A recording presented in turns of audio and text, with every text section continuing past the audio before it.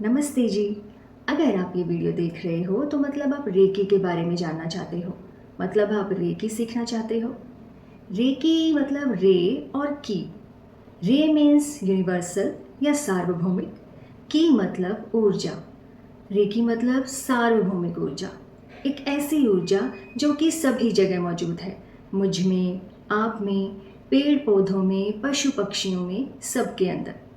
सिर्फ अभी आपको इस ऊर्जा का इस्तेमाल करना नहीं आता। तो रेकी साधक आपको आपकी इस ऊर्जा से मिलवाते हैं और आपको इसका इस्तेमाल करना सिखाते हैं। रेकी को सबसे पहले कैसे जाना गया? करीब 200 से 250 साल पहले डॉक्टर मिकाओ उसूई जी ने रेकी को रीइन्वेंट किया। डॉक्टर मिकाओ उसूई जी बहुत ही अच्छे टीचर थे, बहुत ही अच्छे स्वभाव और व्यक्तित्व के आदमी थे। एक बार जब वो अपनी कक्षा में बच्चों को पढ़ा रहे थे तो एक बच्चे ने एक क्वेश्चन पूछा कि सर, जिस तरह से महात्मा बुद्धा जी और यीशु मसीह किस तरह से किसी को टच करके ही हील कर देते थे, उनकी सभी प्रॉब्लम को सॉल्व कर देते थे, तो क्या वो अभी भी पॉसिबल है? और अगर वो पॉसिबल नहीं है तो मतलब किताबों में झूठ लिखा हुआ है। उस वक्त डॉक्टर मिकाओ उसूई जी उनका ये क्वेश्चन सुनकर सोच में पड़ गए। उनके पास उस वक्त उसका कोई आंसर नहीं था, पर इस क्वेश्चन ने उनको मुश्किल में डाल दिया और वो उसका जवाब खोजने में लग गए। उन्होंने बहुत सारी किताबें पढ़ी, बहुत ग्रंथ पढ़े, बहुत विद्वान, बहुत ही बौद्ध भिक्षुओं से जाके वो मिले, बहुत जगह गए, तिब्बत गए और भारत भी आए। भारत में आकर उन्हें अथर्ववेदा से 7 चक्रों के बारे में पता चला कि किस तरह से इनको हील करके इनको चार्ज किया जा सकता है, पर उसके लिए एक बहुत बड़ी साधना की आवश्यकता है। जब ये सारा ज्ञान अर्जित कर कर वो दोबारा से तिब्बत आते हैं तो वहाँ पर एक बौद्ध भिक्षु को अपनी सारी जमा की हुई रिसर्च के बारे में बताते हैं। तो वो बौद्ध भिक्षु उनको बताते हैं कि उनको इस साधना को प्राप्त करने के लिए तपस्या करनी पड़ेगी और इस तपस्या के लिए वो एक पहाड़ी पर जाते हैं, माउंट कोरमा। वहाँ पर जाकर वो कड़ी तपस्या करते हैं। जब वहाँ पर वो लगातार भूख प्यास से व्याकुल होकर तपस्या कर रहे थे तो उनके मन में बार बार एक ही सवाल आ रहा था कि ये ऊर्जा सच में आएगी, मुझसे वो चीज़ हो पाएगी या नहीं। पर उनके मन में एक इंटेंशन बहुत सॉलिड थी कि उन्हें दूसरों का भला करना है। जिस तरह से महात्मा बुद्ध और ईसा मसीह सबको छूकर उनको हील कर देते थे, इस तरह से कोई ना कोई तो शक्ति ऐसी होगी जो सभी के काम आ सके। उनके इंटेंशंस बहुत ही ज़्यादा पवित्र थी, तो वो उस तपस्या में बिल्कुल गहरी सोच के साथ लगे रहते हैं। इसी तरह से करते करते जब उनको 20 दिन हो जाते हैं तो वो फिर सोचते हैं कि क्या वो सही भी कर रहे हैं। लेकिन जब 21वें दिन वो अपनी तपस्या कर रहे होते हैं तो तभी आकाश से एक दिव्य ऊर्जा फूटती है और उनके ऊपर आकर गिरती है, जिससे एकदम से उनकी आंखें खुलती हैं। उस वक्त उन्हें ऐसा लगता है कि शायद ये उनका कोई भ्रम है कि 21 दिन तक उन्होंने कोई खाना नहीं खाया, पानी नहीं पिया, कहीं भूख प्यास से व्याकुल होकर उनको ये सब कुछ दिख रहा है। इसलिए वो उसे ऐसे ही इग्नोर कर कर वहाँ से उठ जाते हैं। और जैसे ही वो वहाँ से आकर नीचे पहाड़ी पर आते हैं तो वहाँ देखते हैं कि एक जगह एक भोज चल रहा था। किसी के घर में खाने के लिए बहुत सारे लोग इकट्ठा हो रहे थे। तो डॉक्टर मिकाओ उसूई जी को तो वैसे भी सभी जानते थे क्योंकि वो एक बहुत ही प्रसिद्ध टीचर थे और सबका भला करते थे। तो उनको उन्होंने बड़े ही आदरपूर्वक बिठाया और उनको खाना दिया। तो डॉक्टर मिकाओ उसूई जी जो पहले ही 21 दिन से भूखे थे वो खाने को बहुत बुरी तरह से टूट पड़कर खाने लगते हैं। वो कम से कम 20-25 से ज़्यादा रोटियां खा जाते हैं।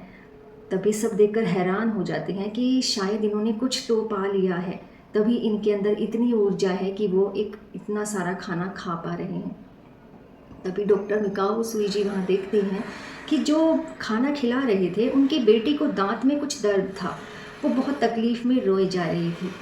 तो डॉक्टर उनको बुलाते हैं अपने पास और उससे पूछते हैं कि क्या हुआ। तो वो उन्हें अपने दांत के दर्द के बारे में बताती है। वो अनायास ही बस यूँ ही उसके गाल पर अपने हाथ को रख देते हैं और कहते हैं कोई बात नहीं, ठीक हो जाएगा, चिंता मत करो। और तभी कुछ ही क्षण में वो लड़की खुश होकर आती है और खेलते हुए कहती है कि वो बिल्कुल ही ठीक है, उसका दर्द गायब हो गया है। तब डॉक्टर मिकाओ उसूई जी को लगा कि शायद उन्होंने कुछ पा लिया है और इसी चीज़ के लिए वो अपने गुरु के पास जाते हैं और उनसे इन सारी बातों को कहते हैं। तो उनके गुरु इनको कहते हैं कि मैं तब मानूंगा जब तुम मेरे इन घुटनों के दर्द को ठीक कर दोगे। तो डॉक्टर मिकाओ उसूई जी उनके घुटनों के दर्द को ठीक करने के लिए जैसे ही उनके घुटनों पर टच करते हैं तो कुछ ही समय बाद उनके गुरुजी का घुटनों का दर्द भी ठीक हो जाता है। फिर उनके गुरुजी उनको बताते हैं कि हाँ, तुमने वो पा लिया है, अब तुम इससे दूसरों का कल्याण कर सकते हो। तब डॉक्टर मिकाओ उसूई जी अपनी उस विद्या से बहुत सारे लोगों का भला करना शुरू करते हैं, सबकी सेवा करते हैं, गरीबों की, दीन दुखियों की, सभी की मदद करते हैं जो भी दुख में होता है, और सभी लोग ठीक भी होते हैं। लेकिन कुछ ही वक्त के बाद डॉक्टर मिकाओ उसूई जी देखते हैं कि वो लोग फिर से बीमार पड़ रहे हैं और उनकी कुछ ना कुछ बीमारियां और होती जा रही हैं। तो इसलिए उन्होंने इस चीज़ का जो अपने ध्यान में पता लगाया, तो उन्हें पता चला कि वो अपने इस विद्या का जो उन्होंने उनके ऊपर फ्री में उनकी हीलिंग करी है, उनका फ्री में उपचार किया है, उसका सम्मान नहीं कर रहे हैं, ना ही वो अपने लाइफस्टाइल को ठीक कर रहे हैं। बस उनके मन में यही था कि कुछ होगा तो हम दोबारा डॉक्टर जी के पास जाएंगे और मुफ्त में इलाज कराकर फिर से ठीक हो जाएंगे। अपनी तरफ से वो लोग कोई एफर्ट ही नहीं कर रहे थे। तो डॉक्टर जी ने एक उसूल बनाया कि आज के बाद जब भी कोई हीलिंग करेगा तो हीलिंग के बदले दूसरे को उसे एक उपयोगी वस्तु देनी पड़ेगी, एक ऐसी वैल्यूएबल वस्तु जिसकी वो वैल्यू करता हो। वो कुछ भी हो सकता है, उसकी तरफ से कोई सेवा, कोई कपड़ा, अनाज या फिर थोड़े बहुत पैसे। और इस तरह से जब उन्होंने ये करना शुरू किया तो सभी लोगों ने उनकी विद्या का सम्मान किया और अपने लाइफस्टाइल को भी ठीक किया, जिससे सभी लोग ठीक होने लगे। और धीरे धीरे डॉक्टर मिकाओ उसूई जी ने बहुत सारे लोगों का उपचार किया।